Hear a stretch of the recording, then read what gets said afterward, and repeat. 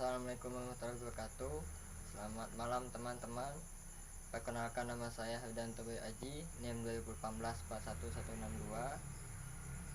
Hari ini saya akan berpidato tentang rencana pemerintah memangkas hari libur panjang akhir tahun. Pidato ini adalah untuk memenuhi tugas keempat mata kuliah Public Speaking dengan pengajar Ibu Dita Faisal. Dalam pidato ini saya akan menggunakan metode pidato manuskrip. Pidato manuskrip adalah jenis pidato yang disampaikan dengan menggunakan naskah. Artinya sebuah naskah pidato yang dibacakan dari awal sampai akhir pidato tentang sebuah tema yang direncanakan.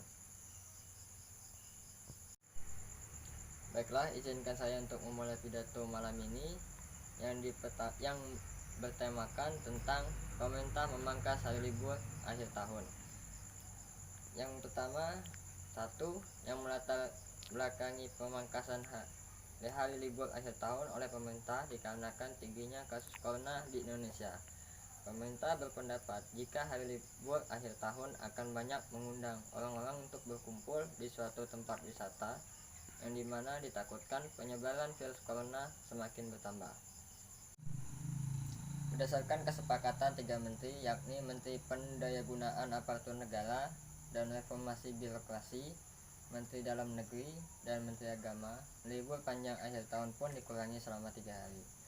Pengurangan hari libur tersebut tak lepas dari pemerintah Presiden Joko Widodo yang ingin agar libur panjang akhir tahun dikurangi mengingat angka COVID-19 di tanah air semakin meningkat.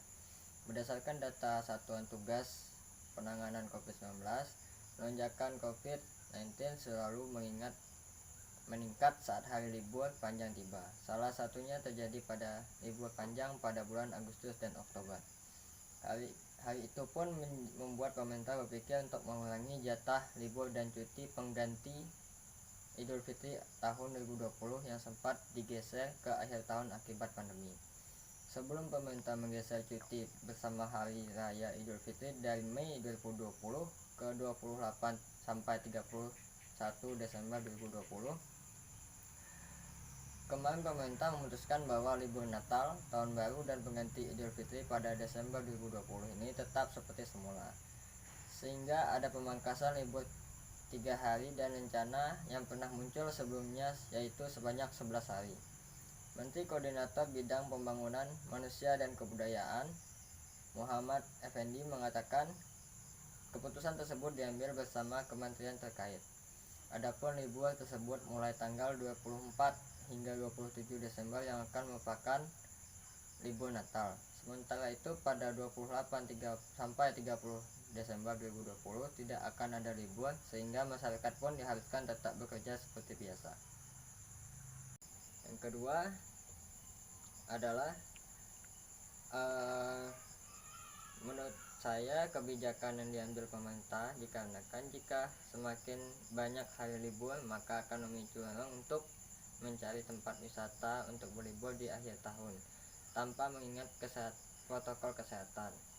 Yang ketiga, sebagai mahasiswa saya berpendapat jika kebijakan yang diambil telah tepat, namun masyarakat juga harus mendapatkan suatu perhatian lebih dari pemerintah dikarenakan di hari libur akhir tahun sudah banyak pemangkasan dan juga banyak pengelola tempat wisata yang bangkrut.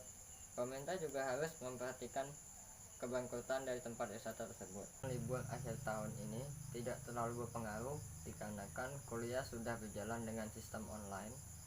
Tidak perlu datang ke kampus untuk belajar. Dengan sistem online ini juga kita sambil melakukan kegiatan apa saja juga bisa. Setiap kebijakan pasti ada positif dan negatif. Positif dari kebijakan ini adalah untuk mengurangi penambahan positif corona. Negatifnya adalah bagi masyarakat harus dipaksa bekerja atau di rumah terus yang akan membuat sebagian orang menjadi bosan. Jika saya menjadi pengusaha, saya akan terima kebijakan tersebut dikarenakan untuk kepentingan bersama. Yang kelima, saya akan mencari jalan lain untuk memenuhi dan memulihkan ekonomi perusahaan saya dengan cara sistem online, dan barang perusahaan saya akan saya berubah menjadi barang yang akan dicari oleh masyarakat pada akhir tahun.